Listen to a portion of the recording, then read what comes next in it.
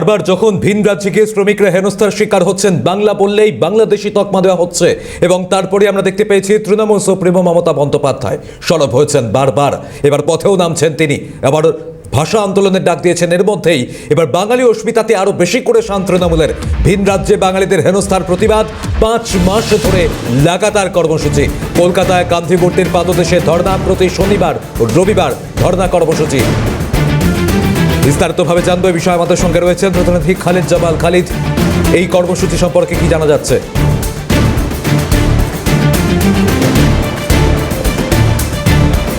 খালিদ, শোনা যাচ্ছে?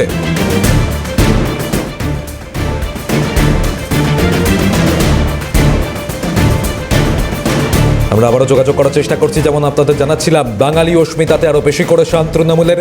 এবার ভিন রাজ্যে বাঙালিদের হেনস্থা, সেই হেনস্থার প্রতিবাদ 5 মাস ধরে লাগাতার কর্মসূচি।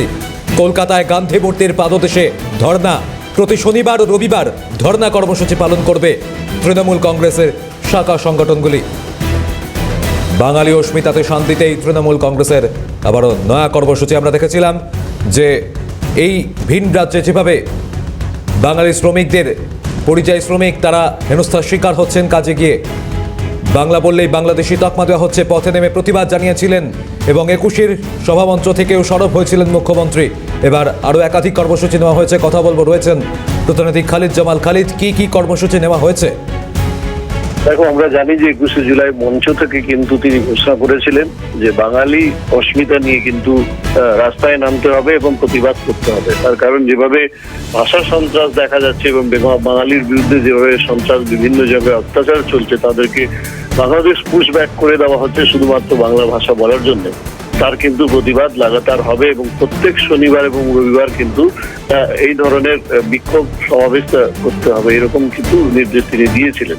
এবং তারই পরিপ্রেক্ষিতে যেটা দেখা যাচ্ছে যে তৃণমূলের পক্ষ থেকে কিন্তু লাগাতার আন্দোলনে ডাক দেওয়া হয়েছে, অর্থাৎ আগস্ট মাস থেকে নিয়ে একেবারে ডিসেম্বর পর্যন্ত, শুধুমাত্র পুজোর যে কয়েকটা দিন আছে সেটা বাদ দিয়ে এই পুরো বছরই বলা যেতে পারে যে তারা কিন্তু ধর্ণা ডাক দিয়েছেন গান্ধী মূর্তি পাদদেশে। এবং আগামী 2 এবং 3 আগস্ট যেটা রয়েছে, সেখানে কিন্তু মহিলা তৃণমূল কংগ্রেসের ধর্ণা দিয়ে কিন্তু গান্ধী মূর্তির পাদদেশে তাদের কর্মসূচি শুরু হবে।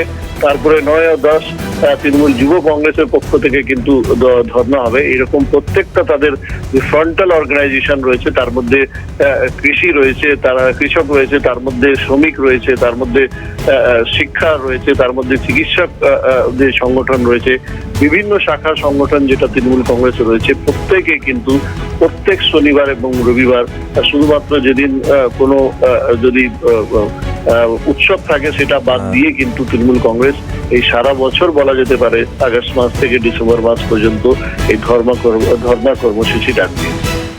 ধন্যবাদ খালিদ।